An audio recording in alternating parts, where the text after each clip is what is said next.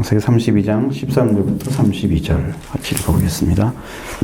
야곱이 거기서 밤을 지내며 그 소유 중에서 횡에서를 위하여 예물을 택하니 암염소가 200이요 순염소가 20이요 암양이 200이요 순양이 20이요 전날은 낙타 30과 그 새끼요 암소가 40이요 황소가 10이요 암나귀가 20이요 그 새끼 나귀가 10이라. 그것을 각각 때로 나누어 종들의 손에 맡기고 그의 종에게 이르되 나보다 앞서 건너가서 각 때로 거리를 두라 하고, 그가 또 앞선 자에게 명령하여 이르되 내 형 에서가 너를 만나 묻기를 네가 누구의 사람이며 어디로 가느냐, 네 앞에 것은 누구의 것이냐 하거든 대답하기를 주의 종 에서의 것이요 자기는 예물이오니 야곱도 우리 뒤에 있나이다 하라 하고, 그 둘째와 셋째와 각 때를 따라가는 자에게 명령하여 이르되 너희도 에서를 만나거든 이같이 말하고, 또 너희는 말하기를 주의 종 야곱이 우리 뒤에 있다 하라 하니, 야곱으로 말하기를 내가 내 앞에 보내는 예물로 형의 감정을 풍류에 대면하면 형이 혹시 나를 받아주리라 함이었더라. 그 예물은 그의 앞서 보내고 무리 가운데서 밤을 지내다가 밤에 일어나 두 아내와 두 여종과 11 아들을 인도하여 야복나루를 건널세. 그를 인도하여 시내를 건너게 하고 그의 소유도 건너가게 하고, 야곱은 홀로 남았더니 어떤 사람이 날이 새도록 야곱과 씨름하다가 자기가 야곱을 이기지 못함을 보고 그가 야곱의 허벅지 관절을 치매 야곱의 허벅지 관절이 그 사람과 씨름할 때에 어긋났더라. 그가 이르되 날이 새려 하니 나로 가게 하라. 야곱이 이르되 당신이 내게 축복하지 아니하면 가게 하지 아니하겠나이다.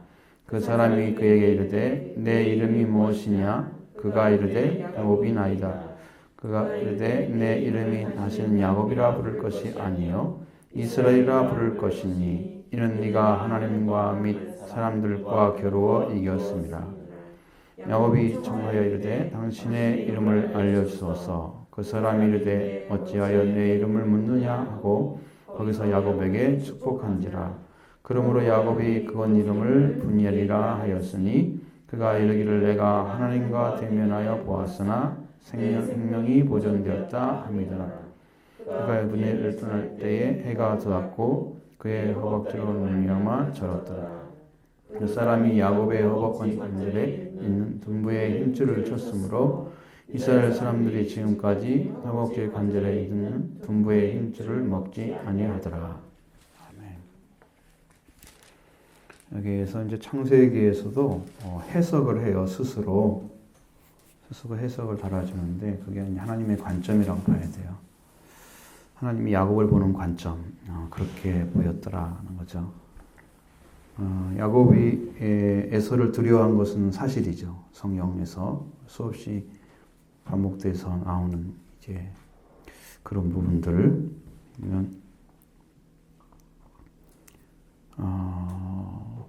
그래서 그 형을 만나기가 두려워서 형을 해서 이제 자기와 자기 처자와 이런 걸 다 칠까봐 두려워서 건너기를 힘들어하고 그 다음에 도움을 청했잖아요.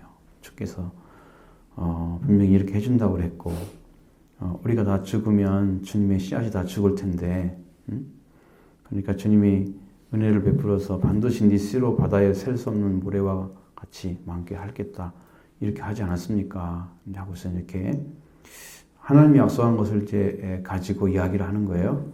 물론 이제 하나님은 그것을 들으시죠. 왜냐하면 약속한 것은 하나님이 기억을 하세요.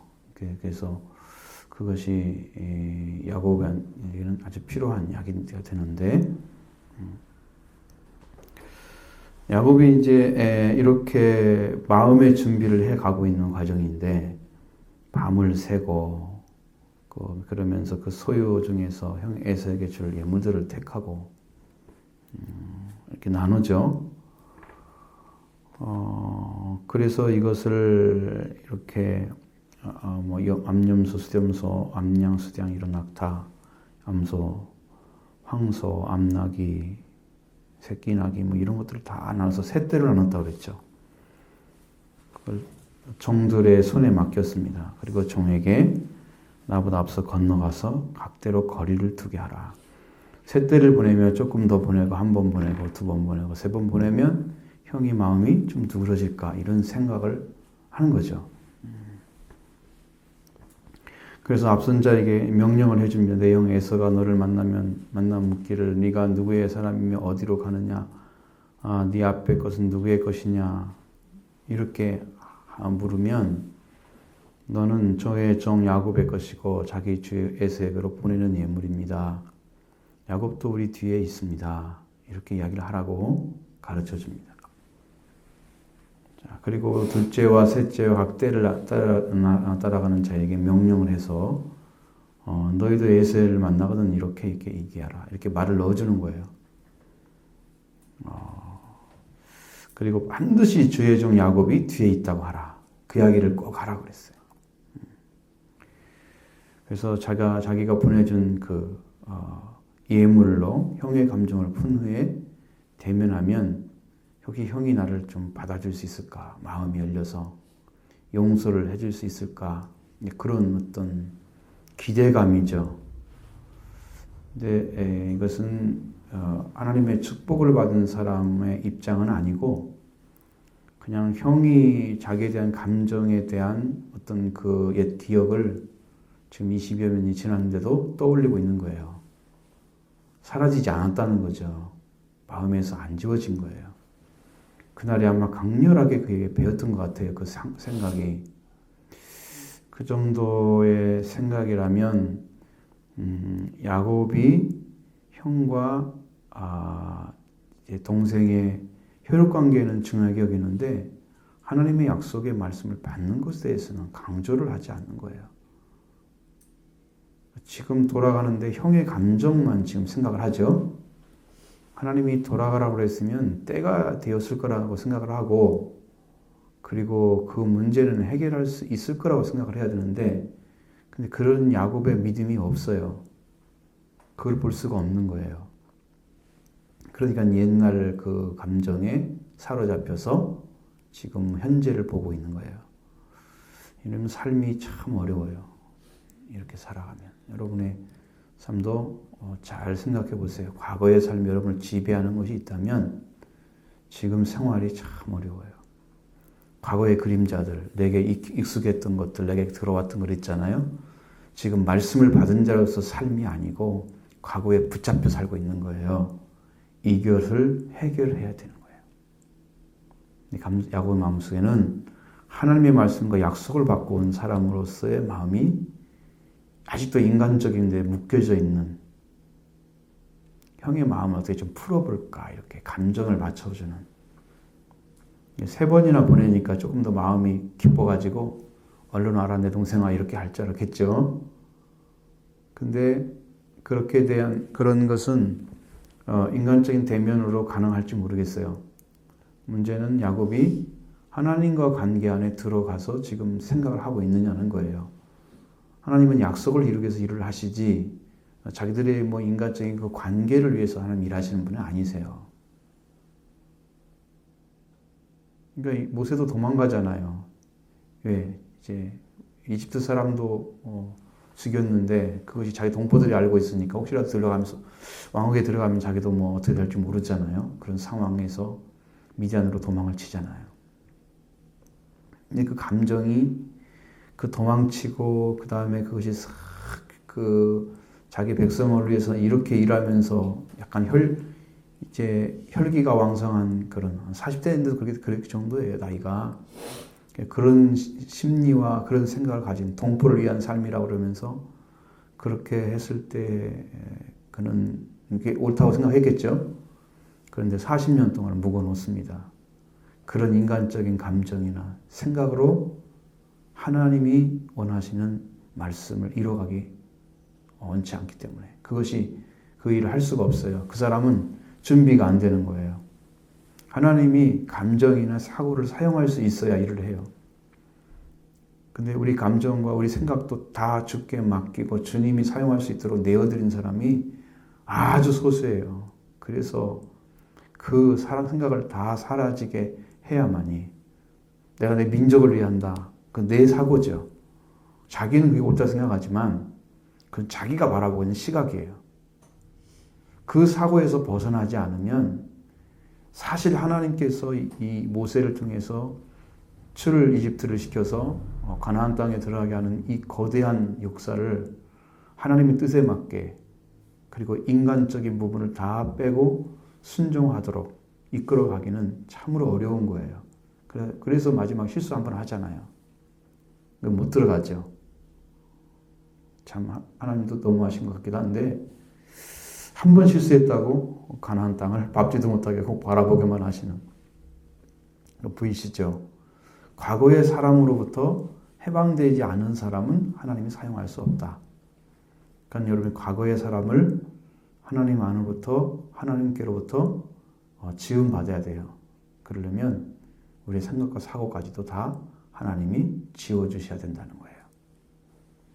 그 영적인 위치를 여러분 찾아내셔야만이 일할 수 있는 것입니다. 근데 야곱은 아직 거기를 못 벗어났어요. 그러니까 여기서 가기가 두려운 거예요. 하나님의 사람으로서 딱 서 있다면 그 믿음을 가지고 하나님의 역사와 인도하심을 확실하게 믿으면서 갈 수 있을 텐데 그 믿음은 없어요. 인간적으로 형의 감정을 풀어보고자 하는 어떤 그런 생각을 하는 거예요. 이 차이가 엄청난 차이예요. 신앙으로 바라보는 세계 가운데 들어가면 형이 자기를 받아주는 게 아주 큰 일이죠. 에서에게는. 이것은 에서가 그동안 20년 동안을 일을 갈면서 네가 돌아오기만 해봐라 내가 너 가만두나 이렇게 하고 있을 사람이 아니에요.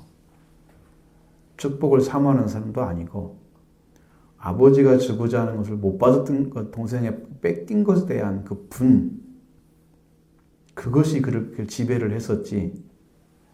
그런데 그 순간이 지나고 해가 지나가면서 그는 그런 분노는 다 사라져 버렸을 것입니다. 아무 역할을 하지 않고 만약 그런 분이 있다면 아버지가 보내지 않고 어머니가 보내지 않았어도 라반의 집에 가서 난리를 쳤겠죠. 그러지 않겠어요? 그런데 안 갔잖아요. 그걸 보면 그런 사람은 아니란 말이에요, 지금. 그런데도 불구하고 야곱의 그 형에 대한 이해는 어리기 때문에 어쩔 수 없는 거예요. 그건 뭐 비판할 이유도 없고요. 생각이 그거밖에 못 미친다는 거예요. 그래서 그 예물을 그 앞에 보내고 그는 무리 가운데서 밤을 지내다가 자 이렇게 하고 이제 종들을 먼저 보냈습니다. 예물하고 그 다음에 자녀들이 남았잖아요. 아내들하고 이 아내들 두 아내 두 여종과 이게 참 희한한 것은 왜 아내라고 넣고 나머지는 여종이라고 그랬어요. 자기 아내로 지금 살고 있음에 불구하고 성경은 이렇게 가려서 쓰고 있어요. 그럼 우리가 생각하면 여종의 아들들과 아내의 아들들이 하나님께서 좀 이렇게 편애를 하실 것 같은데 그런 것은 거의 안 나와요. 안 나와요. 그 성품이나 거기에 따라 사용하신 거지 종들이 낳기 때문에 더 하대하고 이렇게 하지는 않으신 것 같아요. 성경에서. 그 두 아내와 여종과 11 아들을 인도해서 야복 나루를 건너고 있었다. 건너서 이제 보냈죠. 그리고 자기가 이제 마지막으로 가지고 있는 소유도 다 건너서 보내고 야곱만 혼자 남아 있는 것입니다. 지금. 근데 갑자기 한 사람이 등장을 합니다. 이것은 누군지는 잘 모르지만 성경이 이게 쭉 이야기를 해서 끝을 내는 그 이야기를 보면은 그것이 하나님이다 그랬고 또 사람이다 그렇게 나와 있어요. 이 18절에 보면 네가 하나님과 및 사람들과 겨루어 이겼음이라 이렇게 나와 있거든요. 그러니까 하나님인지 사람인지 구분이 안 되는 그런 분이에요.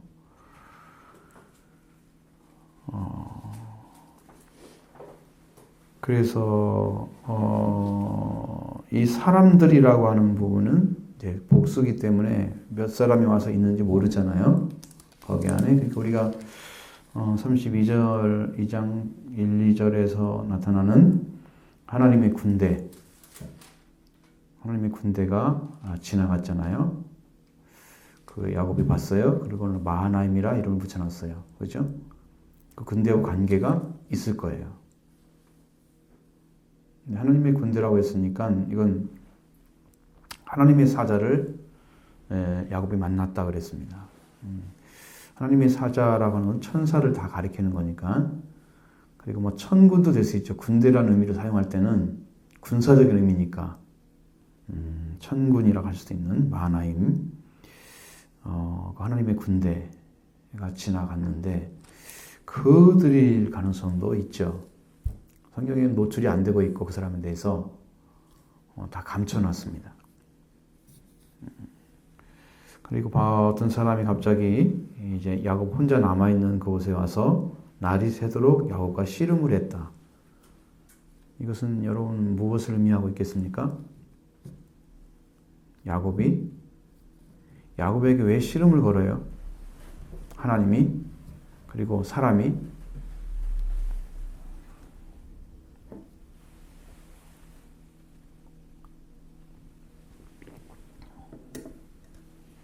이건 아주 고통스러운 시간입니다. 그러니까 말하자면 야곱 스스로가 자기를 이기지 못하는, 자기 스스로를 컨트롤할 수 없는 그런 지경까지 떨어진 거예요. 그러니까 온 힘을 다해서 그 사람이 와서 왔는데 뭐 이리 넘어뜨려 저리 넘어뜨려 그러면서 어떤 그런 일이 벌어졌겠죠. 이제 씨름한다는 말은 레슬링과 같은 의미를 가지고 있으니까 그런 일을 하다가 야곱을 이기지 못한 것을 보고 야곱의 허벅지 관절을 쳐서 허벅지 관절이 그 사람과 씨름할 때에 어긋났습니다. 그러면 졌다는 것이죠. 일단 야곱이 졌잖아요. 야곱은 뭐 그 사람을 쳐서 어떻게 또 무너뜨렸다 이런 말이 없잖아요. 그러니까 야곱이 졌어요. 근데 하나님은 야곱이 이겼다라고 이야기합니다. 하나님을 이길 수는 없죠. 그리고 하나님이 보낸 천군도 야곱이 이길 수가 없습니다. 이길 수가 없어요. 어떻게 이기겠어요? 이길 수가 없죠. 근데 여기서 이제 표현되어 주는 부분이 25절에는 야곱이 자기가 야곱을 이기지 못함을 보고 어떤 사람에 대한 이야기죠. 그가 야곱의 허벅지 관절을 치니까 야곱의 허벅지 관절이 그 사람을 씨름할 때 어긋났다. 참 이 상황이에요. 이기지 못했다고 그랬어요. 그러니까 어떠한 야곱의 어떤 부분을 쳐서 무릎 꿇게 하지 않으면 이길 수가 없다는 거예요. 그럼 야곱의 무엇이 약점일까요? 야곱이 지금 왜 이렇게 남아서 이렇게 씨름을 하고 있어요? 무엇 때문에? 형에 대한 두려움, 사람에 대한 두려움, 이걸 쫓아내야 됩니다. 약속의 말씀을 받은 사람은요, 실제로는 생명을 걸고 말씀을 지켜야 됩니다. 그게 두려움이 아니에요.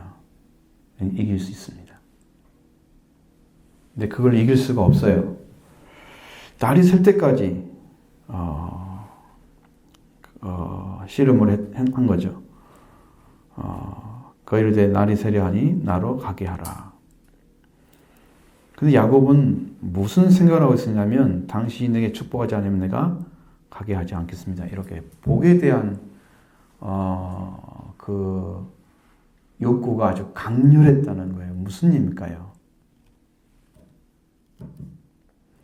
야곱이 지금 받은 것이 뭐예요? 하나님의 약속이잖아요. 약속을 받았는데 약속을 받고 약속의 순종에 들어가서 약속을 이룰 수 있는 능력은 없어요. 그것을 하나님으로부터 받아내야만이 그걸 이뤄낼 수 있는 거예요. 야곱은 그 약점이 있었어요. 그러니까 여러분 성격이라는 게 있잖아요. 성품이 있잖아요. 성품은 말씀을 받으면 변할 수 있어요. 그리고 깊이 사고해서 이렇게 좀 방향을 바꾸고 생각하고 할 수 있는데 성격은 잘 안 바뀌어요. 바뀌지 않거든요. 그래서 야곱은 자기의 성격이 너무 좀 얄궂잖아요. 남의 거 빼먹기 좋아하고 형의 뒤꿈치를 잡았다 그 이야기부터 시작해서 라반하고 이렇게 이제 같이 일을 할 때도 야곱이 좀 약하게 보이잖아요. 좀 자기 것도 많이 차지하려고 하고 그런 욕심도 있고 조금 더 인간적이잖아요. 그런 면도 있고 어떻게 속여서라도 자기 걸 만들려고 하는 그런 방법도 쓰기도 하고 막 그러죠. 나무들 앞에 놔두고 막 그 양이나 그 염소를 교미할 때 그 나무들 와가지고 바뀌었더라 이런 얘기도 써 있는 거 보면 아주 얕잖아요.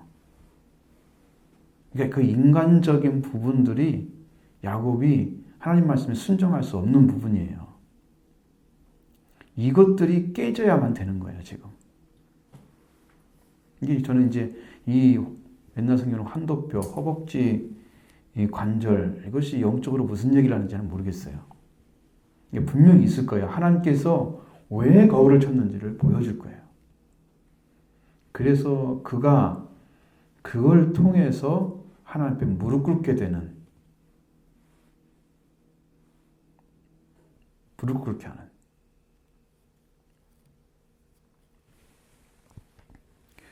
자, 하나님이 그걸 지금 행하고 있는 거예요. 그래서 나를 축복하지 않으면 가게 하지 않겠나이다 하고서 강하게 붙들잖아요. 여러분 이러한 축복에 대한 욕구가 야곱의 심령 안에는 있었다는 거예요. 찾는 사람이었습니다. 그렇게 인간적으로 살아왔음에도 불구하고 축복에 대한 욕구가 있어요. 우리가 만물의 주인으로 하나님의 아들, 딸로 들어가지 않으면 사실상 신앙생활은 이렇게 온전한 것이 안 됩니다. 그거 하나님과 관계 안에 온전히 들어가서 하나님의 자녀의 자리를 찾아야 돼요. 그리고 만물의 주인 자리를 찾아야 돼요. 그 축복은 지금까지 야곱이 살았던 인생을 새로운 인생 방향으로 좀 바꾸어주는 그 축복을 하나님 주시지 않으면 야곱의 생애가 또 바뀌어서 새로운 삶을 살아가기가 어렵습니다. 지금처럼 살아오면. 상황이 그래요.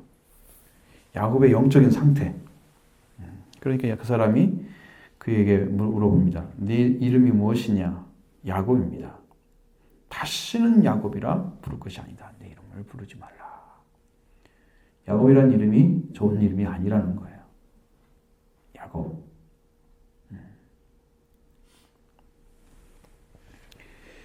약간 간사한 느낌도 있고 속이는 자의 느낌도 있고 야곱이란 이름이 야곱이 하나님을 제대로 만나서 그 자기가 회개 가운데 들어가기 이전의 이름들이에요. 그러니까 지금 여기서는 하나님과 사람을 만났다고 그랬고 이겼다고 그랬으니까 하나님을 만나기 이전의 이름이에요. 야곱이란 이름은. 그러니까 야곱이라 부르지 말라는 거예요. 이것이 하나님의 축복입니다. 그냥 계명됐다 이런 의미가 아니에요. 아브라함도 이름을 바꾸면서 비전을 주잖아요. 하나님께서. 열국의 아버지라. 그러니까 모든 나라의 아버지다. 이것은 이제 영적으로 해석하면 우리 인류가 아브라함의 후손으로 믿음으로 그리스도와 함께 하나님 나라에 들어가는 거예요. 그러니까 모든 나라의 아버지가 돼야 돼요. 아브라함이. 그래서 믿음의 조상이란 말을 사용하는 거예요. 그렇죠. 그런데 야곱은 이제 그렇게 하나님께서 말씀하지는 않지만 야곱의 인생에 있어서 하나님과의 관계 안에 있지 않았던 인간적인 그 시간들은 이제 끊어지고 이스라엘이라는 이름을 가지고 너는 살아라. 이제는 내 이름을 이스라엘이라 부를 것이다. 이렇게 바꿔줬습니다. 그래서 네가 하나님과 사람들과 겨루어 이겼습니다. 하나님이 야곱이 승리했다고 이렇게 보증을 해주는 거예요. 그 사람이 증언을 해주는 거예요. 자, 그 끝내는 뭐라는 얘기예요? 이렇게 이겼지만 하나님은 그에게 하나님께 주고자 하는 것을 주면서도 하나님이 져준 거예요. 하나님이 사실 진 게 아니에요. 그런데 불구하고 야곱이 그 축복을 얻어내고자 하는 그 집념이나 거기에 대한 그 애착심, 그 축복을 받고자 하는 그 중심이 하나님을 감동시킨 거죠. 하나님이 지신 거예요.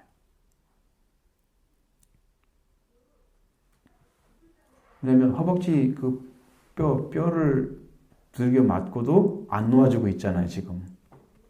한 번 더 쳤으면 뭐 그냥 죽을 수도 있잖아요. 그러시려고 싸움을 한 건 아니잖아, 이게. 그러니까 그의 어떤 그 악함, 버려야 할 것들, 그 허벅지 관절이라 볼 수 있어요. 그것을 쳐서라도 하나님께 복종하게 만드는 일을 해준 거예요.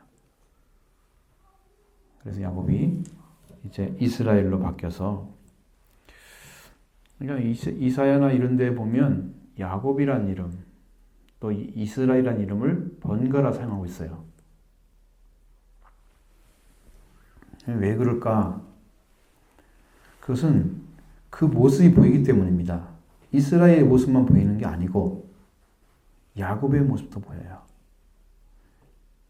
사실은 아브라함의 후손이지만 엄밀히 따지면 야곱의 후손이잖아요. 야곱의 12아들을 통해서 이루어진 나라잖아요. 그죠? 뭐 그 윗대가 아브라함이기 때문에 이렇게 말을 하지만, 그러니까 이스라엘아 야곱아 이렇게 부르는 것은 그 속성을 다 가지고 있어요. 여러분들 시몬과 베드로에 대해서 말씀드렸잖아요. 그 속성을 다 가지고 있는 거예요. 예수님 만나기 전에 시몬과 베드로 차이, 그것과 같은 거예요.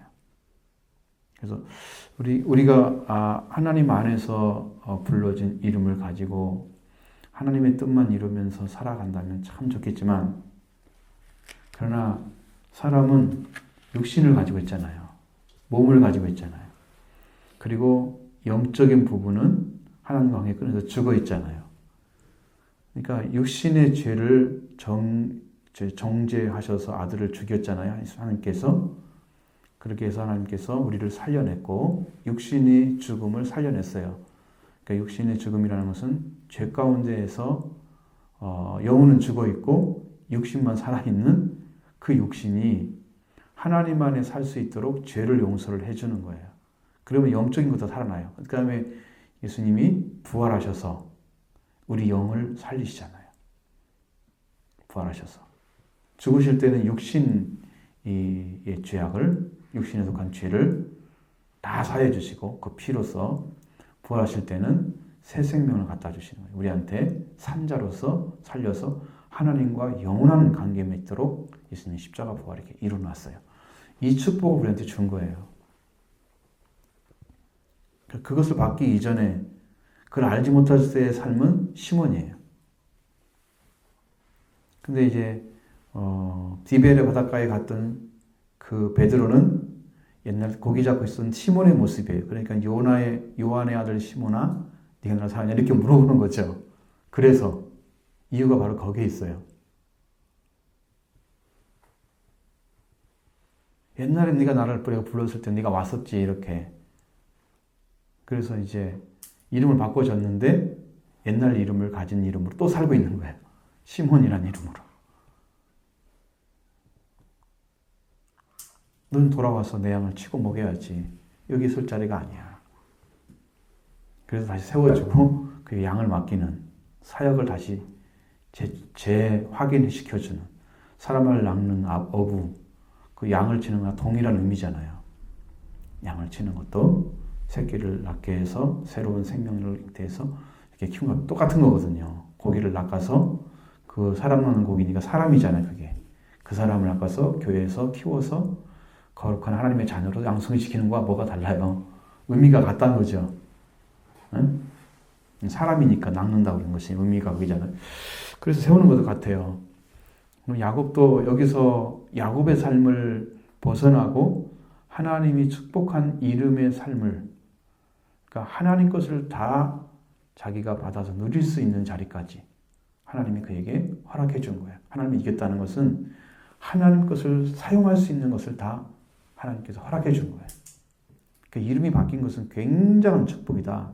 여기서 그냥 조그마한 그 이름의 계명의 의미가 아니다. 이것은 과거의 야곱의 삶은 끊어지고 다시는 부르지 말라고 그랬으니까 과거의 삶은 끊어지고 이제는 새로운 이스라엘, 하나님 것을 주시고자 하는 걸 다 얻어서 살 수 있는 자리까지 끌어올리신 그 하나님의 것을 다 사용할 수 있는 그 자리까지 지금 이제 세워놓으신 축복이에요. 그럼 야곱이 누릴 수 있는 건 어마어마하죠. 어마어마합니다. 그리고 이제 야곱이 청해서 당신의 이름을 알려주셔서 그 사람이 이르되 어째 내 이름을 묻냐 하고 그래서 야곱에게 축복을 합니다. 그러니까 그게 축복 내용은 안 써 있죠. 이게 안 써 있습니다. 복을 내려줬다는 거예요. 이미 계명을 시키고 그 그릇에 부어준 거예요. 그래서 야곱이 여기서 관절, 허벅지 관절이 깨지면서 야곱은 회개가 이루어진 거예요. 회개가 이루어진 것입니다. 여러분도 하나님 것을 받는 자리까지 나아가서 하나님께서 인정해 주시는 말씀을, 음성을, 어떠한 계시를 받아내야지 그게 회개가 이루어진 거예요.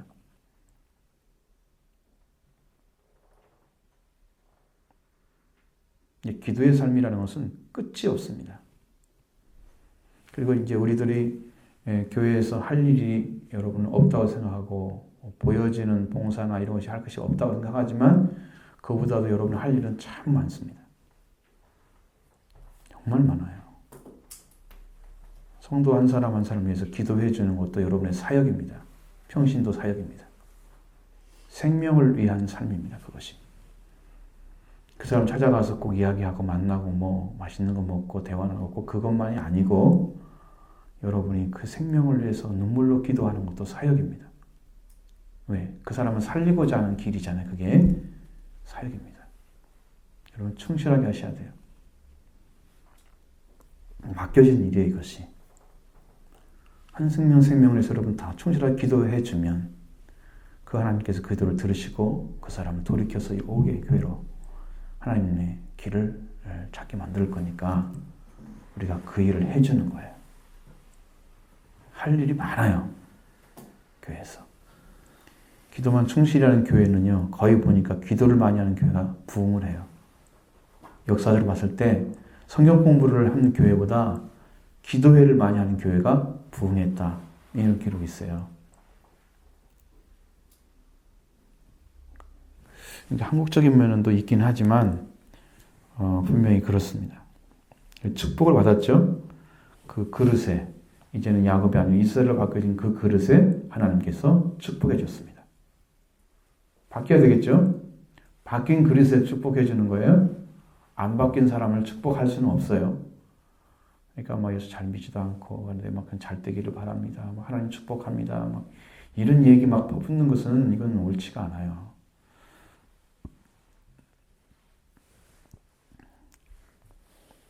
그래서 야곱이 그곳 이름을 분일이라 했다. 분일. 이게 하나님의 얼굴입니다. 분일이라는 말 자체가 그래요. 엘은 이제 하나님이잖아요. 분이엘은 하나님의 얼굴. 근데 하나님과 대면하여 보았으나 내 생명이 보존되었다. 그렇게 이제 이야기를 하고 있습니다. 자, 하나님을 본 사람이 산 사람은 없어요. 근데 성경에서는 하나님을 보면 다 죽는다고 그랬어요. 이것은 이제 무엇을 상징하고 있냐면 하나님을 직접 봤다는 얘기가 아니라는 거예요. 다 사자들을 통해서 본다는 의미예요. 그러면 안 죽어요. 하나님을 보면 다 죽습니다. 성경에서 하나님은 사람이 보지 못할 빛에 거하시고 그렇게 써 있잖아요. 사람이 볼 수 있는 분이 아니에요. 이렇게 만지고 만나고 하는 분이 아니에요. 왜냐하면 그분은 영이시기 때문에. 절대로 그렇게 될 수가 없습니다.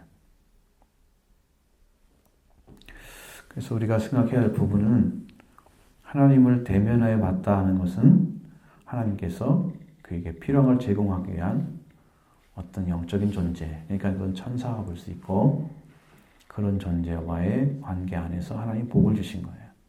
기도원도 그렇게 만나고요. 성경에 보면 다 나옵니다. 그런 사람들이. 그 만났다는 기록이 있잖아요. 기도원도 나오고요.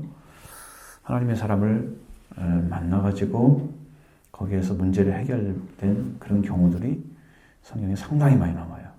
그것만 여러분을 께서 알려줘도 참 재밌을 거예요. 성경이 이렇게 흥미가 있는 거구나 알 수가 있을 정도로. 그래서 이제 분일이라고 그랬습니다. 북방 나루가 뭐가 됐어요? 분일이 됐습니다. 분일 됐습니다. 그 분일이라는 이름을 딱 세우게 놨어요. 하나님을 만난 곳이죠. 하나님 만난 곳. 여러분도 이 분일이 있어야 됩니다. 찾으셔서 분일. 하나님을 만난 곳이 있어야 돼요. 저는 삼천동 거기서 나는 봤으니까 삼천동 거기 지금도 기억이 납니다. 그 단도 기억이 나고 거기 강대상도 다 기억이 나고 그냥 우중충한 그 커튼도 기억이 나고 그 앞에 엎드려가지고 기도했던 모습도 기억이 납니다. 거기서 그렇게 하나님 만나죠. 여러분도 있어야 됩니다. 분이엘이 반드시 있어야 여러분이 분이엘을 가질 수가 있는 거고요. 만남이 있어서 그런 축복을 받아야 여러분도 하나님 것을 무한대로 쓸 수 있는 자리에 세워지는 거예요. 그럼 우리는 축복받았다. 그것이 이 땅의 것이 아니고 하늘의 것을 가리키는 것입니다. 하나님께서 주고자 하는 것을 받는 게 축복이에요.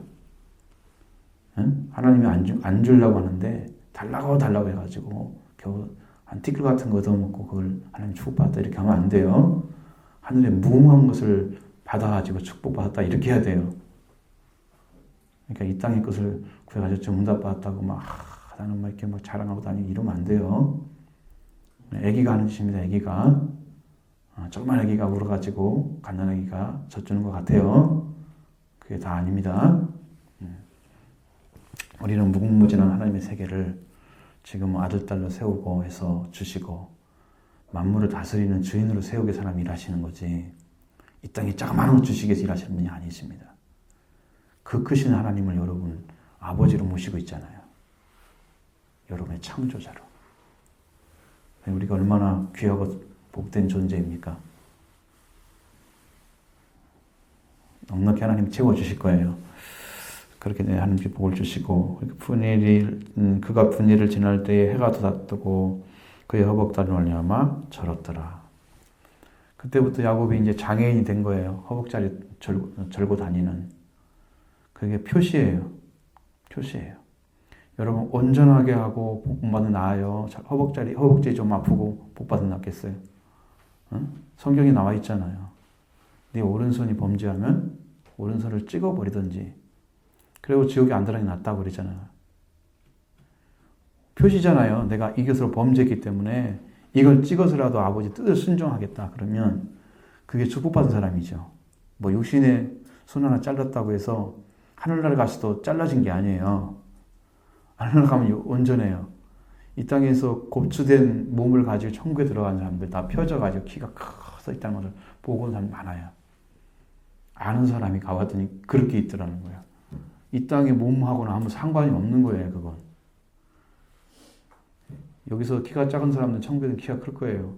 하나님 보상해 줘서. 걱정 안 해도 돼. 천국 가면 아마 다 다를 거예요. 모습들이 많이. 영적인 그것을 주실 테니까. 이게 지금 허벅지의 다리를 절고 다니면서 야곱은 이제 그 세월을 살아야 됩니다. 나머지 세월을. 참 힘든 삶이겠죠.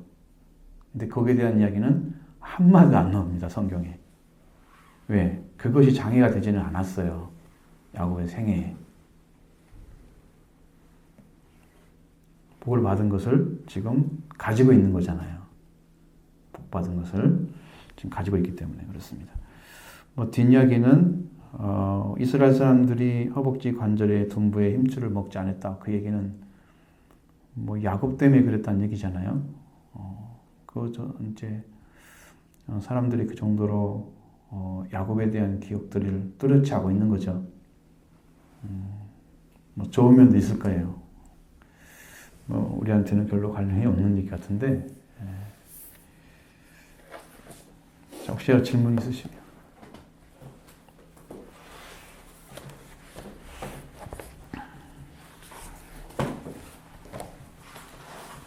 자, 257번을 못 읽었죠, 지난번에.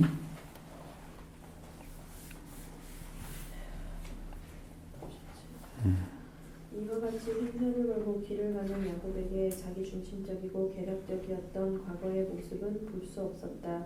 형 에서의 마음을 달래기 위하여 먼저 선발대로 보낸 일행을 통하여 내 주께 은혜 받기를 원하는 말을 부탁하였으나 그것은 형의 동정하는 마음에 의지하고자 함이 아니고 하나님의 약속의 말씀에 의지하고 그 은혜의 소망을 둔 신앙임을 9절에서 11절의 야곱의 기도를 통해서 알 수 있다. 그는 하나님의 은혜의 말씀에만 의지하여 물러서지 않고 나아갔다. 그래서 에서에게 드릴 예물을 택하여 종들의 손에 맡기고 나아가기를 명하였다. 야곱은 에서의 마음을 달래기 위하여 예물을 실은 때를 앞세워 보낸 뒤 처자들을 데리고 야복 강가에 이르렀고 모두를 먼저 보낸 후에 혼자 뒤에 남았다. 혼자 남아 오직 하나님께 도움을 구하기 위해서였다. 야곱은 이렇게 해서 오로지 하나님께만 의뢰하고 하는 하나님의 사람의 길을 가고 있었다. 네. 이제 갑자기 변해요. 제가 성경님 책을 읽어보면 이렇게 은혜를 받는 시간이 되면 다 긍정적으로만 써놔요. 이상해, 난 그게 마음에 안 들어요 도대체. 왜 그러는지 모르겠어요. 이거 완전히 야곱이 말씀에 순종한 걸로 다 해결하잖아요. 아니, 그건 아니고 본인이 그렇게 보는 거예요. 그쪽에 관점을 맞추고 써가는 거예요, 책을. 여러분들 그걸 잘 보셔야 돼요. 속으면 안 돼. 성경이 해석된 대로 있으면 돼요. 야곱이 가고자 하는 것들, 가면서 하는 방법들은 하나님께 은혜를 부탁했지만 그 은혜는 뭐였어요? 내 자녀 죽으면 아버지가 약속하신 말씀 못 이루잖아요. 이거잖아요. 자녀 죽으면 안 되잖아요. 그것이 아니고 당신이 그렇게 한다고 하면 에서가 나를 쳤을 때 모래처럼 이렇게 많게 하는 자손이 약속이 안 이루어지잖아요. 하나님 알아서 하세요. 거기에 보고서 맞춰져 있잖아요. 그 다음에 셋대를 나눠서 정도를 보낸 것도 에서의 마음을 좀 달래기 위해서 나를 좀 받아주라고. 자, 형의 마음이 열릴까? 그런 의미죠. 뭐 성경에 더 이상 안 써 있잖아요. 다 내용이 그렇습니다.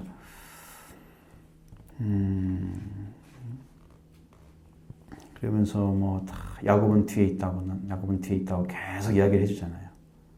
종들한테 시켜가지고 셋대를 보내면서. 근데 안 나타나. 에서한테. 뭐 뒤에 있으면 나타나야 맞잖아요. 지금 이러고 있을 시간이 아니잖아. 그냥 안 나타나면서 그 얘기만 해. 그래서 지금 어떻게 되나 형에 대한 두려움이 말씀보다 뒤떨어진 거죠. 약속의 말씀 받은 사람이 형에 대한 두려움으로 가득 차 있는 거예요, 지금. 언제나 칠 건가? 400명이나 온다고 하는 것도 들었잖아요, 지금. 그 앞에서 이미 야곱이 출발했다는 것도 사자를 통해서 보니까 벌써 오고 있어. 두려움이죠. 두려움입니다. 이 두려움을 깨트려야 돼요. 하나님의 사람으로서의 중심을 찾아야 돼요. 이게 먼저입니다. 이게 먼저. 이게 갑자기 바뀌면 안 돼요. 그 논조는 그대로 가야 돼요. 항상 그래요. 이제 변화됐을 때 삶이 어떤가라는 것은 또 새롭게 볼 수 있어요. 근데 아브라함도 그렇지만 그 전에는 계속 비판적으로 보다가 아브라함이 회개한 다음에는 다 긍정화되어 있어요. 내용들이. 그가 실수한 것도 많아요. 후처를 얻은 것도 좀 그렇고요. 응? 그래가지고 나중에 거기에 나온 자녀와 이삭과 싸움이 많잖아요. 그게 지금 긍정적으로 볼 일이 아니에요. 근데 그냥 그렇게 처리를 하는 거예요. 말씀 받고 나면 은혜 받은 사람은 다 생활에 옳다라고 인정해야만 되는 것처럼 우리가 이제 보아야 돼요. 그걸 여러분 피하셔야 됩니다. 우리는 내가 성경을 보니까 그렇진 않아요. 언제까지 가야 되냐? 완전한 자리에 갈 때까지는 그것을 끊을 수가 없다는 걸 알았어요. 그건 아니고요. 다시 258번. 홀로 남은 야곱은 어떤 사람하고 밤이 새도록 맞붙어 씨름하였다. 아내와 자식, 종들을 먼저 보낸 후 생사를 하나님께 의탁하고 기도하는 야곱 앞에 나타난 사람은 인간이 아니라 하나님이셨다. 하나님과 맞붙어 씨름한 야곱, 그리고 하나님을 이긴 야곱. 그것은 힘의 대결이 아니고 사랑의 대결이었다. 하나님께서는 야곱과 맞붙어 씨름하여 힘해지신 것이 아니다. 사랑으로 나타나시어 야곱과 맞붙어 씨름하신 하나님께서는 야곱에게 이기지 못할 것을 아시고 야곱의 환도뼈를 치셨다. 야곱의 환도뼈가 위골되었다는 것을 보아도 힘과 힘으로는 상대가 안 되는 씨름임을 알 수 있다. 환도뼈를 건드리는 정도로 위골되는 약한 야곱, 건드려서 야곱의 환도뼈를 위골시키시는 하나님의 힘. 그러나 하나님께서 야곱을 이기게 하신 것은 하나님의 사랑을 필사적으로 구하는 마음 때문이었다. 이제 야곱의 원하는 것은 축복이잖아요. 축복을 요구하는 거예요. 그러니까 축복은 어떤 그릇에 담아야 되냐? 과거의 사람은 안 되고 하나님 안에 새 사람에 담아야 돼요. 축복해달라고 그러잖아요. 이름을 바꾸고 그릇을 바꾼 다음에 축복을 해줬어요. 원하는 건 축복이었어요. 그러니까 반드시 이제 거기에 대한 하나님의 준비가 있어야 돼요. 사실 여기서는 사랑에 의한 싸움이다 그렇게 말을 하는데 그것도 역시 틀린 말은 아니지만 야곱이 요구하는 것은 축복하지 않으면 당신에게 축복하지 않으면 내가 가게 하지 않겠나이다. 그렇게 축복에 대한 욕구가 강했다. 왜? 하나님이 복을 주셨어도 복을 이룰 수 있는 능력이 야곱에게 없었어요. 그래서 하나님이 필요했던 거예요. 하나님이 복이 야곱을 세워서 더 온전하게 해서 하나님 뜻을 성취하는 일을 행하게 해. 하나님의 부으심이 필요해요. 근데 야곱의 이건 이제 여기서 말하는 환도뼈나 허벅지 관절 이것은 아마 힘의 상징을 얘기할 거예요. 그러니까 야곱의 힘을 약화시켜서 말씀에만 순종하는 그런 사람으로 변화시켜서 하나님 치신 것 같아요. 제가 지금 생각할 때 하나님께서 깨닫게 하시는 것은 그 야곱의 인간적인 힘, 뭘 가지고자 하고 그냥 약하게 뺏어 오더라도 자기 거 만들려고 그런 약간 탐심도 있고 그런 욕구가 굉장히 강한 사람이잖아요. 그런 것을 상징하는 게 이게 허벅지 관절이 아닌가. 이게 그걸 쳐서 깨트리고 말씀에만 순종한 사람으로. 그래서 이스라엘이 된 거죠. 그 복이 필요해요. 사람에게도. 그렇게 해서 하나님 축복을 받는 게 필요합니다. 야곱 방법은 그것밖에 없어요. 야곱이 가지고 있는 게 그거기 때문에 그것을 깨트린 거예요. 자, 그 다음 보시죠. 사람이 하나님과 맞붙어 씨름할 수 있는 길은 단 하나로 하나님의 사랑을 필사적으로 구할 때 하나님께서는 사람을 승자로 세워주시고 축복해 주신다. 야곱의 이름을 아시면서도 물어보신 것은 야곱이 야곱이라는 이름으로 살아온 인생의 도정에 있었던 허다한 죄, 즉 다른 사람의 발꿈치를 붙잡거나 또한 밀어붙이며 자신을 지키려고 했던 심한 집착에 의한 그의 죄를 깨닫게 하려 하심에 있었다. 야곱입니다 라고 한 대답은 지금까지의 죄된 이름을 가진 자로서의 고백으로 볼 수 있다. 거기에다 하나님은 내 이름을 다시는 야곱이라 부를 것이 아니요 이스라엘이라 부를 것이니 이는 내가 하나님과 사랑으로 더불어 겨루어 이기었음이니라 라고 하며 새 이름을 주셨다. 이스라엘 즉 하나님과 함께 씨름하여 이긴 자로서 그의 새로운 인생이 시작되었다. 그의 인생의 수많은 죄가 오로지 하나님의 사랑을 구하고 물러서지 않는 데서 용서함을 받고 새로운 인생을 얻을 수 있게 된 사실을 통해서 우리들도 어떻게 하면 새로 태어난 자가 될 수 있겠는가를 깊이 생각하게 한다. 네. 여기도 하나님과 맞붙어 씨름했다. 이제 필사적으로 구했다. 이제 하나님의 사랑을 구했다도 나오죠. 방향이 그렇습니다. 하나님께서 야곱에게 축복해 줄 수 있는 조건은 하나님이 축복을 해줬기 때문이에요. 이삭을 통해서 그 길이에요. 그래서 야곱으로 살아가면서 축복받은 자의 삶을 살았지만 그는 축복을 나누어주는 사람은 아니고 인간적인 축복을 훔치는 사람, 뺏는 사람, 속이는 자예요. 삶을 살았단 말이에요. 이게 야곱이에요. 야곱의 삶을 살았습니다. 야곱의 삶이 그렇게 인간적인 삶이었다. 그러면 나 중심의 삶이거든요. 여러분도 나 중심의 삶이 사라지게 되면 그 자기 욕구나 자기 어떤 것들을 이루기 위해서 수단방법 안 그래요. 이게 많은 사람들이 예수 믿으면서 막 세상에서 승리했다 그런 사람들은 그 욕구가 아마 대단할 겁니다.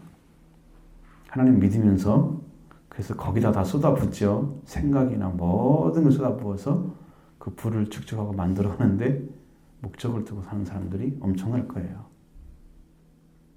그렇지 않은 사람들은 뭐 다른 인간적인 계략만 사용하겠지만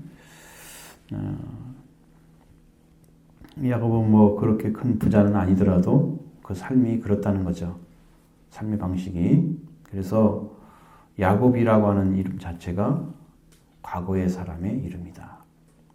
새 사람의 이름을 가져야 되겠죠. 새 사람의 이름. 그래서 이것은 새 이름을 이스라엘이라고 주셨습니다. 하나님과 겨루어서 이겼다 이제 그런 얘기를 하죠. 겨루기는 씨름을 할 때 겨룬단 말 쓰잖아요, 우리가. 그래서 싸움에서 씨름에서 이겼다 이렇게 말할 수 있는 거죠. 그러니까 하나님 것을 받아낼 수 있는 자리까지는 가야 돼요, 여러분들이.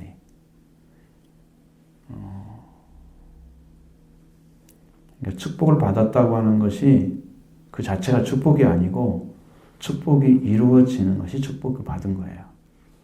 그것은 시작에 불과한 거예요. 이루어지지 않은 것은요. 씨를 심은 것 같습니다. 열매가 아니에요. 그것은. 그건 나오고 싹이 나고 줄기 나고 열매가 맺어져야만이 그가 받은 축복이 되는 거예요. 비로소 축복이 되는 거예요. 야곱은 이제 그 삶을 이제 살아가야 되는 거예요. 지금 그 삶이 그게 나머져 있습니다. 그래서 하나님의 축복을 야곱은 필요로 했던 거예요.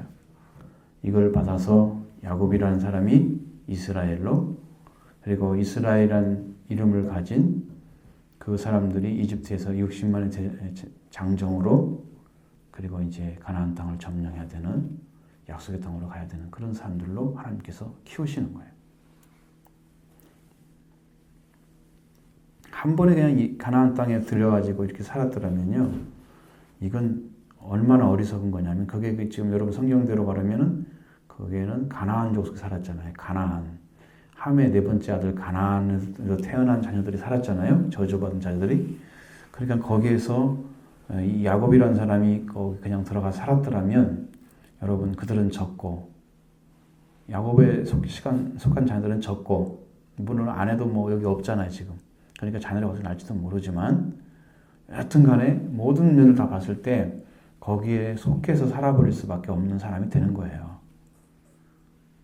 그러니까 이렇게 하나님 데리고 가셔서 이집트에 놓고 거기서 나오게 하셔서 가나안 땅을 가기 위해서 광야를 거치는 거지, 광야에서 고생시켜가지고 가나안 들으려고 하시는 목적은 없어요, 성경에. 그렇게 해서 가나안 땅에 들어가게 하시는 일을 하나님이 계획하셨던 건데, 그게 안 되잖아요, 그렇게 하나님 원하신 대로. 그러니까 왜 거기다 가나안 땅에 바로 안 들어가게 하시고 왜 거기다 집어넣어 이렇게 했느냐 이렇게 생각할 수도 있잖아요. 그런 사람들이 섞여 살면 그는요 문화적이나 종교적으로나 다 그냥 눌려서 삽니다. 그냥 전혀 못해요. 하나님의 일을. 그렇게 키워서야 하나님의 백성으로 살겠습니까? 못 살지요. 그래서 하나님 이런 계획을 세우신 거니까 하나님의 큰 계획 안에 있었다는 것을 생각하는 거예요.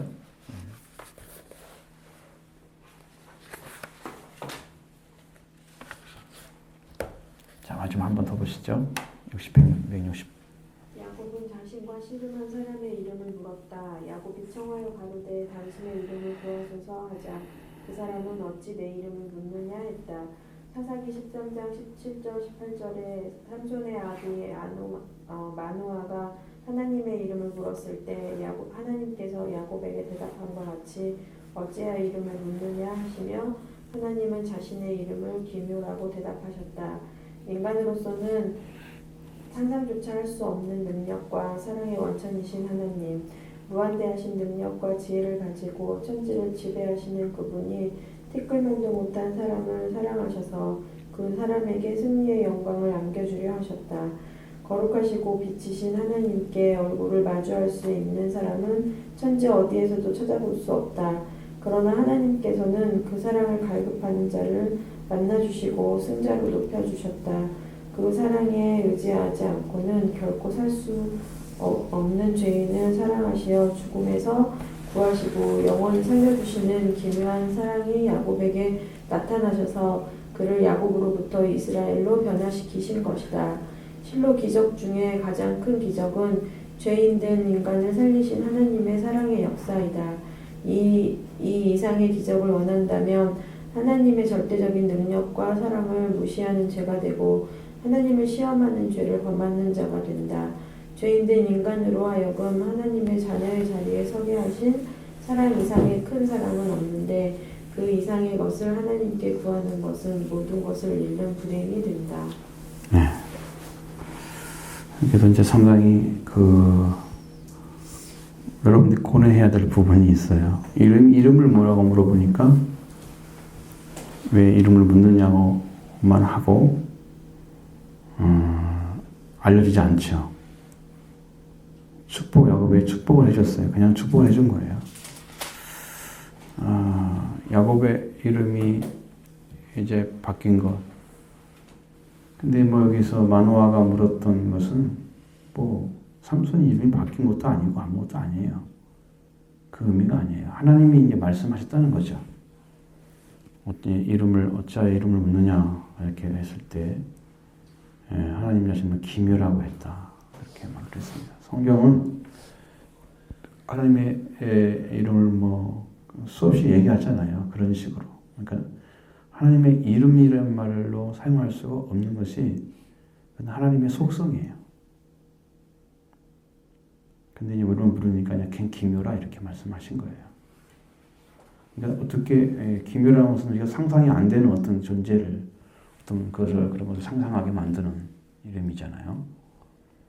그러니까 그가 가지고 있는 능력이나 권세가 어마어마하기 때문에 그것을 가지고 모든 생명을 지배할 수 있는 권세를 가진 분이세요.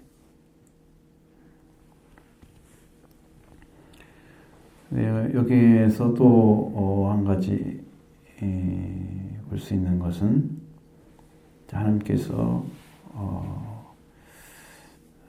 하나님을 대면하여 봤지만 나의 생명이 보존됐다 라고 했다고 이제 분일이란 말이 그 말도 들어가 있다고 보잖아요.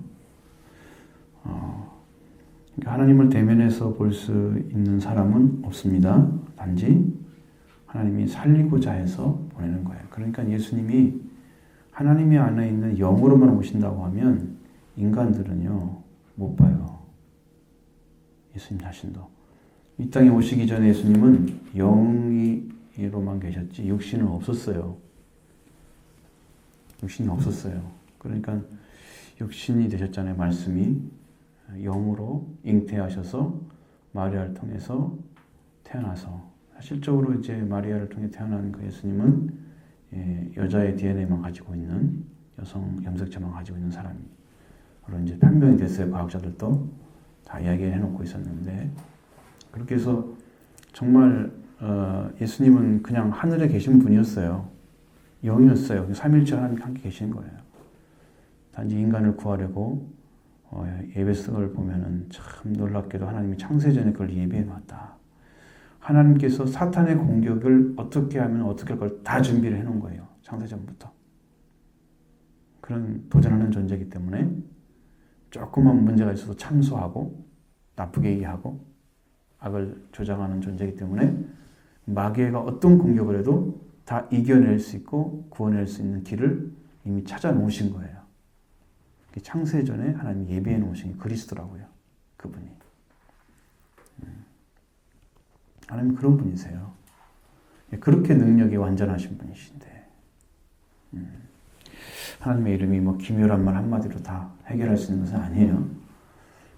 근데 이것은 하나님이 우리를 위해서 일하시는 모습들을 여러분 잘 보시면 항상 그 하나님이 우리에게 사랑을 베푸시면은 사랑을 베풀어서 그 사랑을 받은 사람의 마음의 변화는 어디로 가느냐면 그냥 사랑받고 가만히 있는 게 아니에요.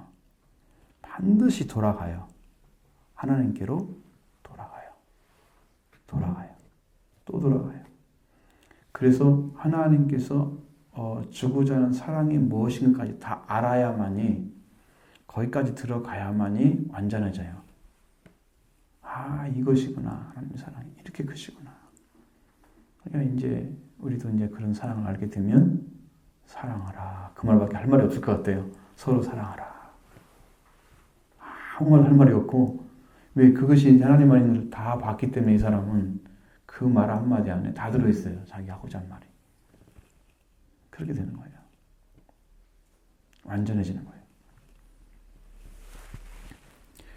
우리도 이제 그런 사랑을 받으면 좋겠죠. 그리고 그런 사랑을 이끌어 가시니까 야곱도 그런 변화를 위해서 지금 축복해 준 거고 야곱의 생애도 그래 바뀌기를 하나님 원하셔서 일을 하시는 것입니다. 만나셔서 해주시는 거예요. 나의 인생 가운데도 그렇게 하나님이 오셔야 되겠죠. 여러분은 고민하고 있는 거, 여러분이 어떻게 해결할지 모르겠다고 하는 것들을 지금 가지고 앞부간간에 서 있는 거야, 우리는. 근데 씨름을 할 사람이 안 나타나잖아, 지금. 왜? 여러분이 축복을 요구하지 않기 때문이죠. 하나님의 복을 받아야 되겠다. 라는 것을 지금 생각하고 있다면 그 앞부간간에서 이제 그 사람이 나타날 거예요. 근데 여러분이 그 복을 그만큼 요구한다면 그게 찾을 수 있어요. 하나님 그 길을 열어주시는데 우리가 정말로 하나님을 요구하고 하나님의 복을 요구하고 하나님 안에 있는 걸 요구하면은 반드시 뭔가는 지금 싸워야 될 것이 있어요. 하나님 것을 뭐 자기가 훔쳐갈 수 있는 게 아니잖아요.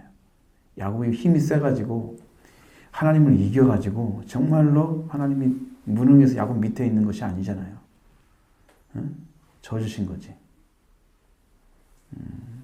그런 욕구가 여러분한테 좀 일어나야 된다고요. 왜 안 일어날 것 같아요? 이건 BS입니다, 이제. 딱 바뀌잖아요. 전환됐어요. 왜 안 일어날 것 같습니까? 그걸 찾으라는 거예요. 한번 생각을 해보라는 거예요.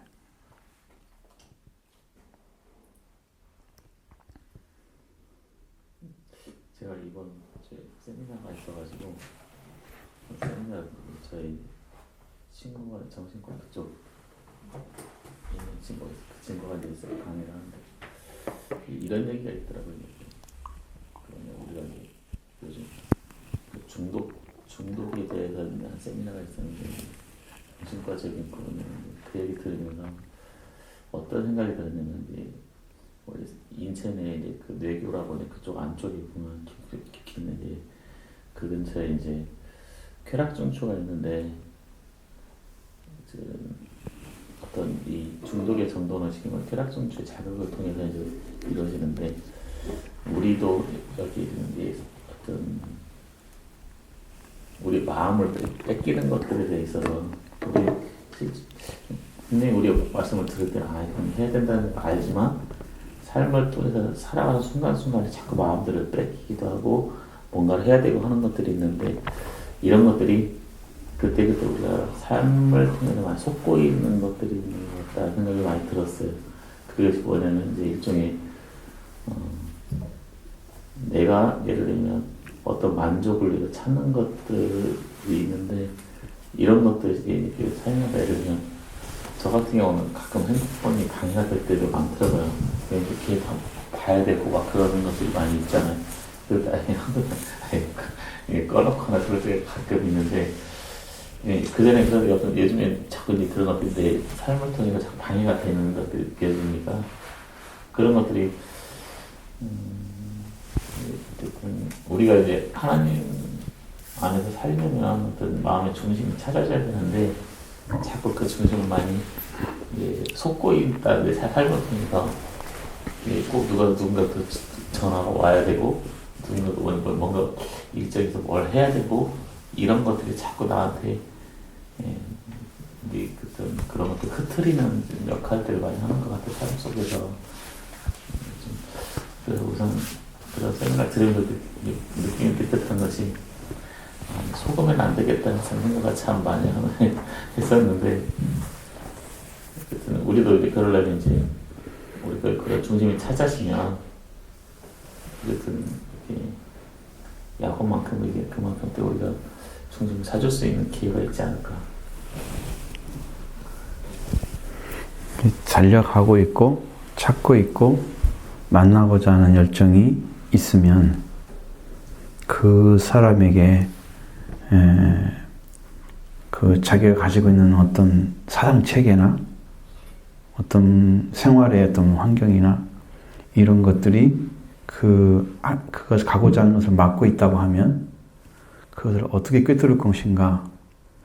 야곱은 이제 그 문제를 그 형에 대한 두려움에서 찾아냈는데 못 가는 거야. 갈 수가 없는 거야. 거기를 자기 아내까지도 다 걸려냈지만 자기는 안 건너고 있잖아요.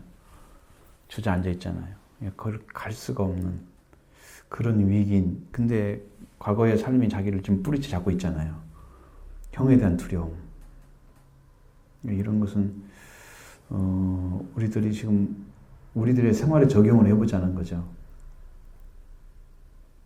그러니까 뭔가는 나를 붙잡고 있는 것들이 있는데 거기에 대해서 한 번이라도 제대로 완전하게 말씀에 순종하는 삶으로 확고하게 바꿔진 적이 있는가. 그러면서 이제 바로 그게 야복나루에서 이루어진 분이의 사건이란 말이죠. 그 뭔가는 깨트리기 위해서 그걸 깨트리기 위해서 그리고 그것이 깨졌기 때문에 이제 형한테 가는 거예요. 지금 여기 뒤로 보면 가요. 그 뒤로는 그 두려움이 사라졌다는 거예요. 형에 대한 두려움이 사라졌다는 거예요. 그 자기가 생각했던 인간적인 것들이 깨어진 거예요. 한 번은 야복강 나루에 서야 된다는 거죠. 우리가 여러분을 했던 것들이 이제 집사님 말도 그렇지만 이것은 순간순간에 있는 것이고 본질적인 부분을 얘기하는 거예요. 우리가 얘기하는 것은. 그래서 그게 딱 깨지면 이런 것들은 방해 수준이 아니야. 이제는 좀 치우고 싶어. 그냥 치워도 돼. 내 마음에서 허락이 되는 거야. 그게. 그 전에는 허락이 되기도 하고 안 되기도 하고. 그러니까 양쪽 다리를 걸치고 있는데 근데 어느 순간 어느 위치에 딱 올라가면 양다리 안 걸쳐 이제. 이건 제껴놔. 이게 더 먼저야. 그러니까 영적으로 자꾸 들어갈 수밖에 없잖아요. 들어와 있기 때문에 그 중심을 찾아내는 그것이 이제 믿음이에요. 믿음이라는 우리는 말로 하면은 믿는 마음이 믿음이에요. 그게 마음을 찾는 거예요. 믿는 마음을 찾는 게 믿음이에요. 하나님을 믿는 마음을 여러분이 찾아내서 여러분의 심지가 굳어서 그 하나님을 중심으로 여러분의 삶의 전체를 이끌어가는 그걸 찾아내는 것이 숙제라고요, 지금. 그게 믿음이거든요. 결국은 믿음은 마음이에요. 하나님을 신뢰하는 마음.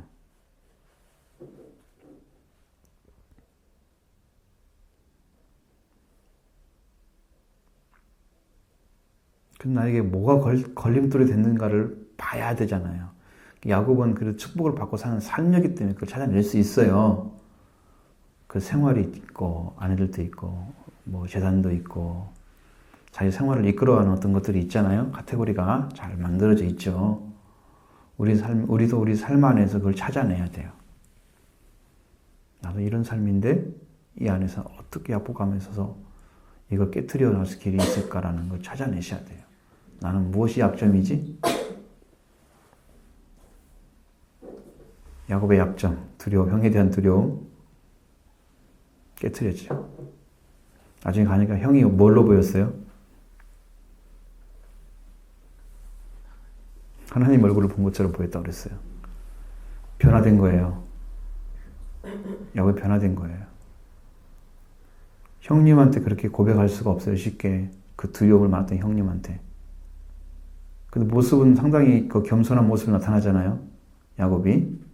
그래도 마음은 이미 승리자의 모습으로 가고 있습니다. 그래서 여러분 BS를 찾아내셔야 돼요. 그 삶을 여러분도 있어야 된다는 거죠. 네. 결코 쉬운 일은 아니에요. 쉬운 일은 아닌데 그런 일을 우리가 해나가는 작업이 꼭 있어야 돼요. 계속 전진해야 됩니다. 그래서 어지간 우리가 그 엎드려서 정말 완전한 회개가 이루어지면 됩니다. 그럼 과거의 삶이 탁 사람에 놓여지고 묶었던 것들이 탁 깨지고 내 삶이 하나님 중심의 삶으로 탁 돌아서서 회개가 이루어지면 그때 이제 회복되는 모습, 하나님의 얼굴을 본 것처럼 형님의 얼굴이 보였다는 거, 회복된 모습이에요.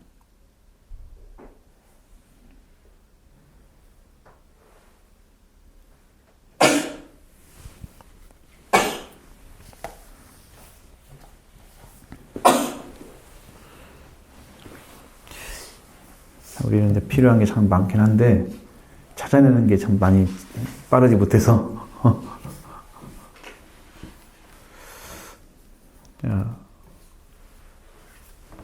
추구하고 있으면 추구한 만큼 하나님 주셔요. 여러분의 열정이 찾아진 만큼 열정 있는 삶을 살아요. 믿음이 더 커져서 여러분 안에 믿는 마음이 더 온전해지면 믿는 마음을 가지고 살아요. 그 삶이 일어나요. 그렇게.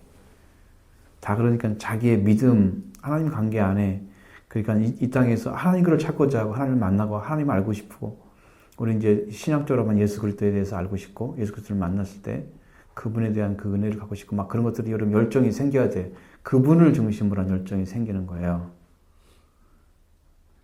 그 성령이 주신 열정이에요. 그냥 교회에 막 섬기고 교회에 어떤 일을 하는 게 즐겁고 재밌고 그것은 이만큼 떨어져 있지만 그 신앙으로 들어가는 어떤 역할을 해줘요. 그게 제로는 아니에요. 제로 상태는 아니에요. 교회 일을 하는 것이 결국 뭐 하나님과 아무 관계없는 일이다 라고 할 수 없는 게 그걸 통해서 하나님께 가까이 가는 마음이 더 생겨지면 생겨졌지 없어지진 않아요. 제가 해보니까 그러니까 절대 마이너스는 아니에요. 아이들 교회 많이 봉사하게 하면 아이들이 그만큼 성장을 해요. 교회를 사랑하기 때문에 그래서 이제 하나님을 중요하게 여기는 어떤 부분으로 들어가기 시작하는 거예요. 그게 제일 걱정이에요. 교회 한 번도 수고하지 않고 땀 흘리지 않고 그렇게 지내는 것들이 과연 하나님의 교회를 사랑할 것인지 얘들이 커가지고 자기 시대가 됐을 때 자기들이 30, 40대 중심세가 됐을 때 과연 교회가 그대로 견딜 건가 이렇게 하나님을 사랑하는 마음이 없는 녀석들이 교회를 세울 건가 걱정이에요. 그거 만들어주셔야 돼요. 그냥 너는 바쁘니까 괜찮아 이건 아니에요. 쪼개서라도 섬겨야 돼. 그게 답이에요. 근데 우리가 말하는 것은 그것은 이제 하나님께 접혀 들어가는 어떤 방법론에 불과한 거지 우리가 차지할 것은 하나님 자신에 대한 믿음이고 예수님에 대한 믿음이에요. 그분을 믿는 마음을 나한테 주셔야 돼요. 하나님께서. 근데 믿음을 갖게 되는 것은 아는 것으로 시작돼요. 알아야 믿어져요. 그리스도에 대해서 알면 그리스도를 믿어요. 사람들이 믿지도 않고 알지도 못해요. 그러니까 알지 못하니까 믿지 못하고 믿지 못하니까 알지도 못하고 계속 이게 악순환이 이루어지는데 그러면 예수님이 하나님의 아들이다 이렇게 선포를 했어요. 그러면 이제 뭘로 왔어요? 정보로 왔잖아요, 우리한테. 그러면 여러분이 그걸 받아들였잖아요. 예수님이 하나님의 아들이 돼? 정말이야? 그럼 그 아들을 인 것을 내가 믿잖아요. 믿고 하나님께 고백하고 그분이 하나님의 아들로 영접하면서 여러분이 하나님께 나가는 기도와 그 말씀의 삶을 살면 하나님에 대해서 알려주신단 말이에요. 이제 깊이 있게. 성경이 깊이 있게 깨달아지기 시작하는 거예요. 영적으로. 그러면 이제 아들이 영접했으니까 지금 거듭난 거거든요. 하나님께 난자다. 그렇죠? 그 삶이 이루어지면서 이제 들어가는 거예요. 영적으로.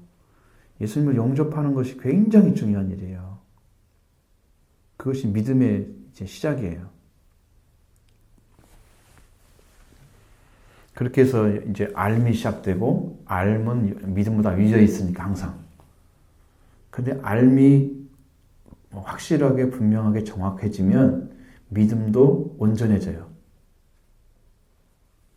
알미 부정확하면 믿음도 부정확해요. 그래서 신앙심이 안 생겨요. 알미 부정확하면 신앙심이 안 생겨요. 예를 들어서 이런 거예요. 하나님의 아들이다 예수님이 그렇게 가르쳐줬어요. 그러면 내가 받아들일 때 정말로 하나님의 아들로 받아들이는 심령이 있으면 그것이 정확히 알아지면 여러분 안에 정확한 믿음으로 들어가는 거예요. 그래서 이것은 많이 들었기 때문에 그래 하고 던져놔요. 그냥 자기 것을 붙잡질 않아요. 그러니까 그분에 대한 믿음도 안 생기고 알림도 안 생기는 거예요. 하도 많이 들었기 때문에 그건 그런가 보다 하고 지나가. 그건 내 지식이 아니에요. 하나님 주신 이제 에피그노시스가 아니에요. 에피그노시스를 찾아내야 되거든요. 근데 그것을 찾아야 돼요. 깊이 있는 지식, 하나님을 아는 지식, 그리스도를 아는 지식, 정확한 지식이에요. 그것이 영적으로 찾아지면 그 믿음이 굉장히 견고해지고 그 다음에 온전해진다. 이런 것은 어디서 공부하겠어요? 설교할 때 너무 길잖아요. 정확하게 얘기할 수 없어요. 이럴 때 할 수 있는 거잖아요. 이럴 때 아주 중요한 공부는 여기서만 이루어질 거예요. 이해를 하셨어요? 믿음과 알의 관계를? 한번 얘기 좀 해보세요. 재밌게. 공부를 하는데 딱딱해서 되겠어요?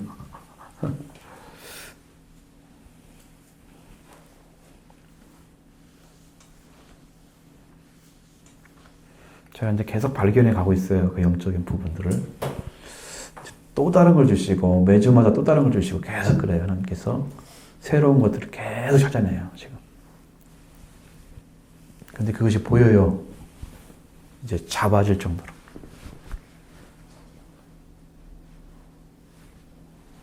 우리가 그냥 믿어가는 믿음이었는데 성령이 오셔가지고 밝게 보여주시고 알게 하시면 그렇죠. 우리가 그걸 통해서 이제 믿음을 갖게 되는 거고 네. 그 믿음으로 통해서 이제 성장을 하는 거죠. 그렇죠. 알게 되는 거죠. 깊이를. 아, 이거구나. 그리스도를 아는 것이 이거구나. 하나님이 알려주시는 믿음으로. 그렇죠. 믿어가니까 알아지는 거예요. 그것은 이제 경험적인 지식이라 그래요. 그것이. 그게 다트예요. 에피그노시스고 우리 그노시스가 더 깊은 거예요. 에피그노시스가 되어지네요. 그런 지식이 와야 돼요. 그래서 성경의 구약에서는 다트를 알아라. 하나님을 힘써 알자. 이 백성이 지식이 없어서 망한다. 하나님 아는 지식이 없어서 망한다 그러잖아요. 하나님이 계시는데 그분을 만나서 알지 못하니까, 만나지 못하고 알지도 못하니까 망하는 거예요. 하나님이 안 계셔서 망한 게 아니고 계시는데 모르는 거예요. 이게 지금 여기 공기가 숨을 쉬면 내가 호흡하면서 난 산자가 되잖아요. 그러면 하나님도 우리가 살아 계시기 때문에 우리가 하나님의 영이 오셔서 내가 하나님을 알려주면 나는 믿음이 성장하잖아요. 자연스러운 거라는 의미잖아요. 그게 자연스럽단 말이에요. 하나님이라는 그 존재가. 근데 우리는 그걸 전혀 인식 못하고 모르기 때문에 숨 쉬는 것처럼 알아지지가 않는 거예요. 이렇게 쉽게 알아지지가 않아. 어려워. 근데 그걸 한 번 알아가지고 들어가서 믿음에 서지면 그전부터는 진짜 공기처럼 마시는 것처럼 우리가 물 마시는 것처럼 그렇게 하나님이 우리한테 알려주신단 말이에요. 아주 가까워진단 말이에요.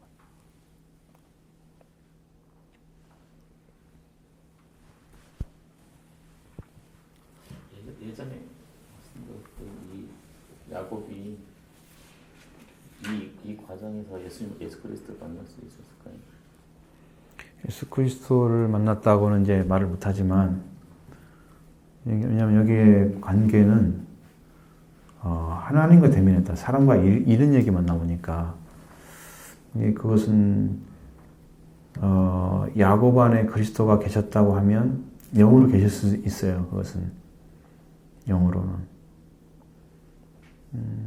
나중에 예언할 때 보면 그런 말이 나오죠.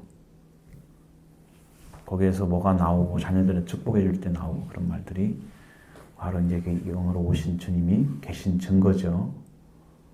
그 나머지는 보이지가 않아요. 야곱의 생애에 있어서 그리스도처럼 살아가고 그리스도로 옷 입은 사람처럼 보이고 그런 영적인 관계 안에 있고 그런 건 잘 안 보여요. 아브라함은 확실하게 모리아산에서 만났어요. 확실히 알 수 있습니다. 야곱도 이 시기에 아마 그래, 영이 올 수 있는 가능성이 있죠. 연장했을 수 있는 그렇죠. 가능성이 있는데 네, 영적으로 그게 가능성이 있는 거예요. 성경적으로 표현이 안 돼 있어서. 안 돼 있어서.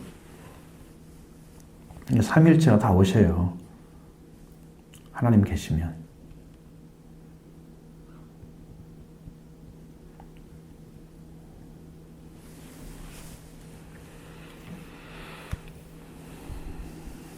두 여성분들도 좀 대화를 해보시죠. 한마디씩만 물어보시면 빨리 끝낼 건데.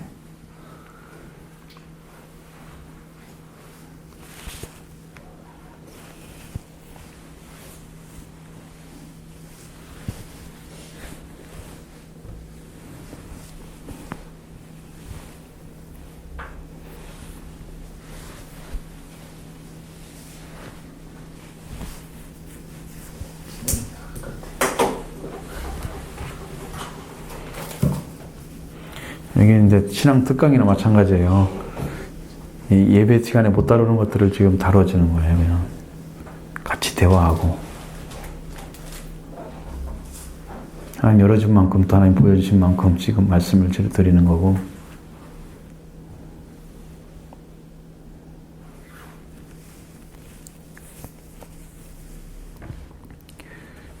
또 변화가 되면은 변화된 삶이 나타나요. 변한 삶이 나타나게 돼 있어요.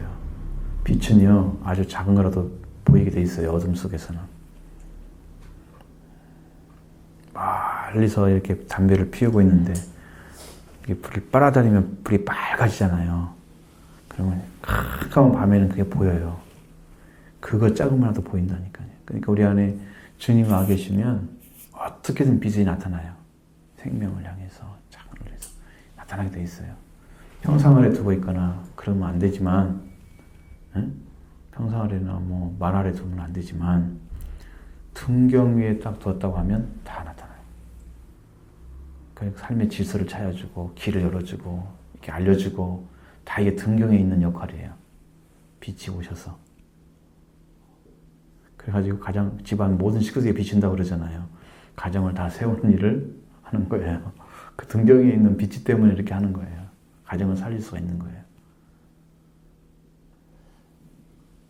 금방 좀 말씀을 읽으면서 생각했던 씨름에 대해서 생각을 해봤었는데 근데 우리 이쪽 외국의 씨름하고 좀 다른 것이 우리나라 씨름 같으면 이제 어쨌든 쳐서 허벅지를 치면 무릎 꿇게 되잖아요. 그렇죠.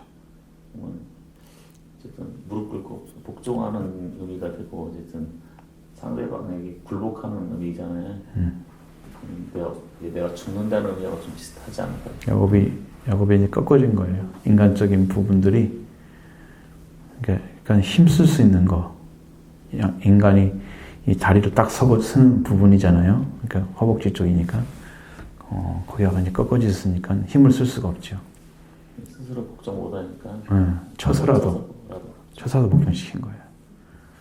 그리고 하나님이 그냥 그렇게 끝까지 축복을 원하니까 주어준 거지 하나님이 겨루어 이긴 것은 아니죠. 이길 수는 없죠. 하나님이 준 거예요. 그냥 줘준 것이지 져줬다고 볼 수 있는 것도 있죠.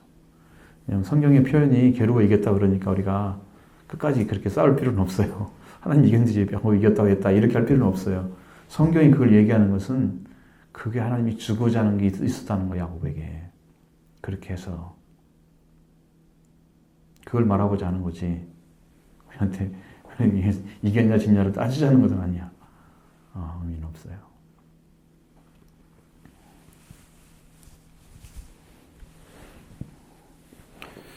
두 여인은 말을 못하는가 봐요. 그러니까 다음 주에 하기로 하고